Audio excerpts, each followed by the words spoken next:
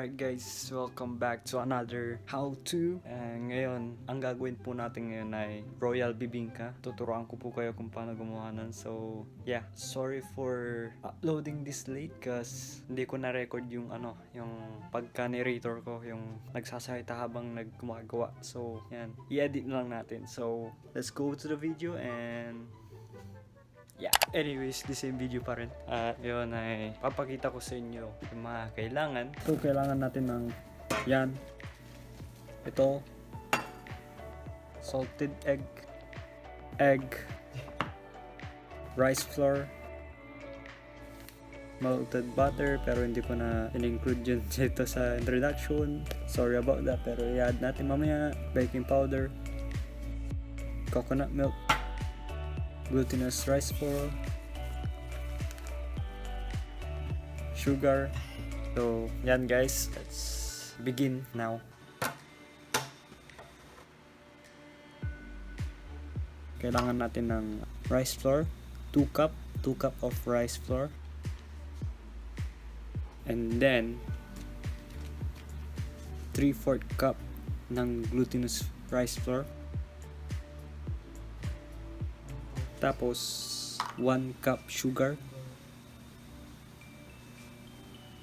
Tapos 3 teaspoon ng baking powder.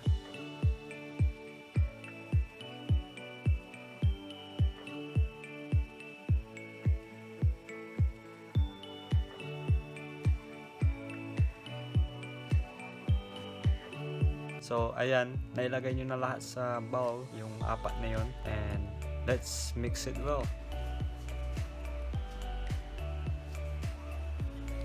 So, yan po, minimix na po natin siya. Weird, nagsasalita lang ako dito, hindi ko ginagawa. Nagawa ko na pero kailangan ko magsalita.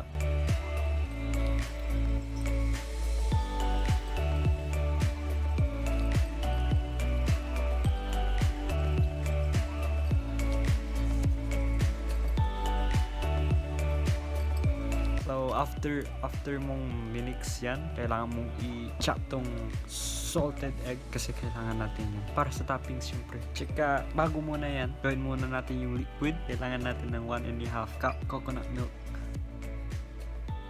na ilagay nyo na dyan. At 2 pieces ng egg, lagay nyo na rin dyan.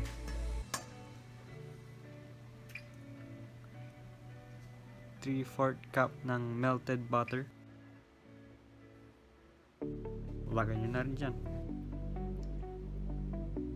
So, i-mix na po natin siya.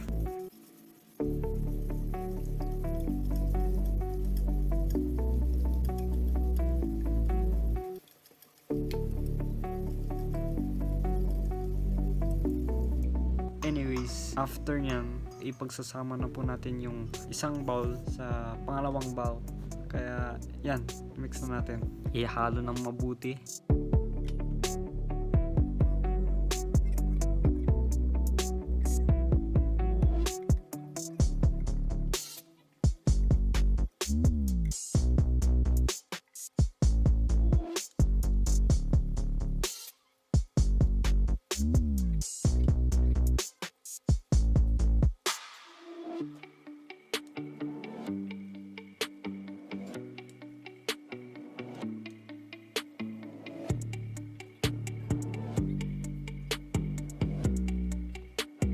Tapos, kailangan natin ng pan para doon natin ilagay yung bibingka natin para doon maluto.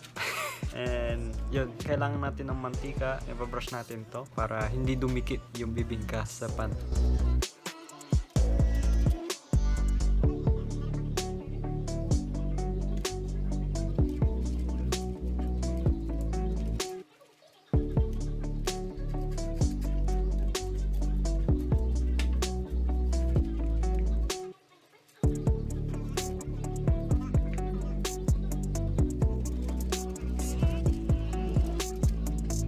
I-chop ulit natin tong salted egg.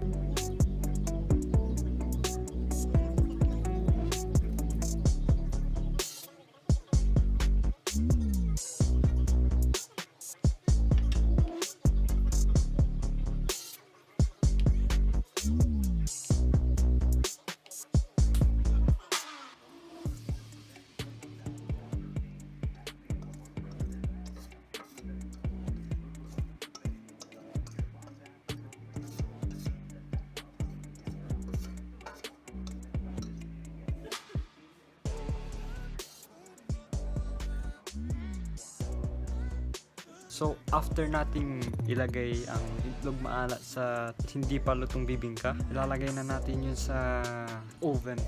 Pero, bago lahat ng yun, i-cover nyo muna siya ng foil para maluto ng mabuti, syempre. And then, yeah.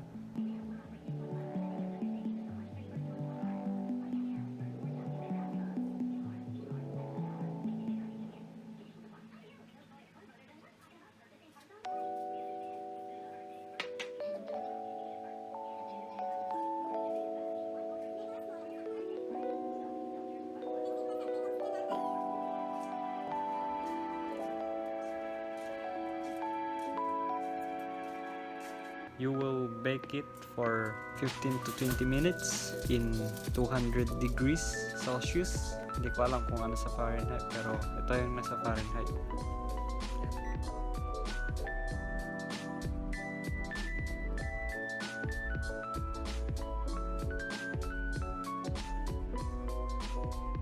Pag naluto na siya, lagyan nyo siya ng butter.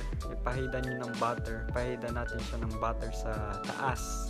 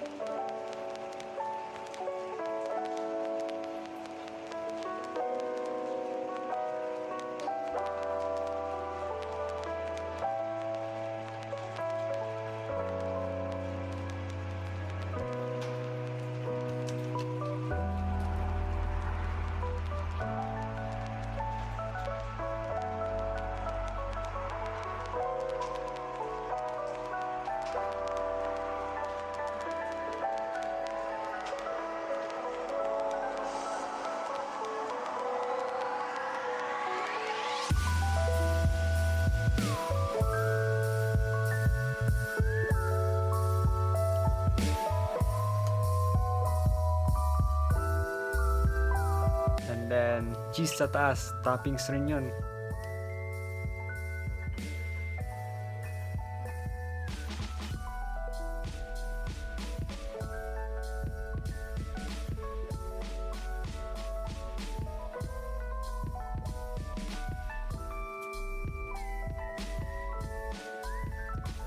This is the final result.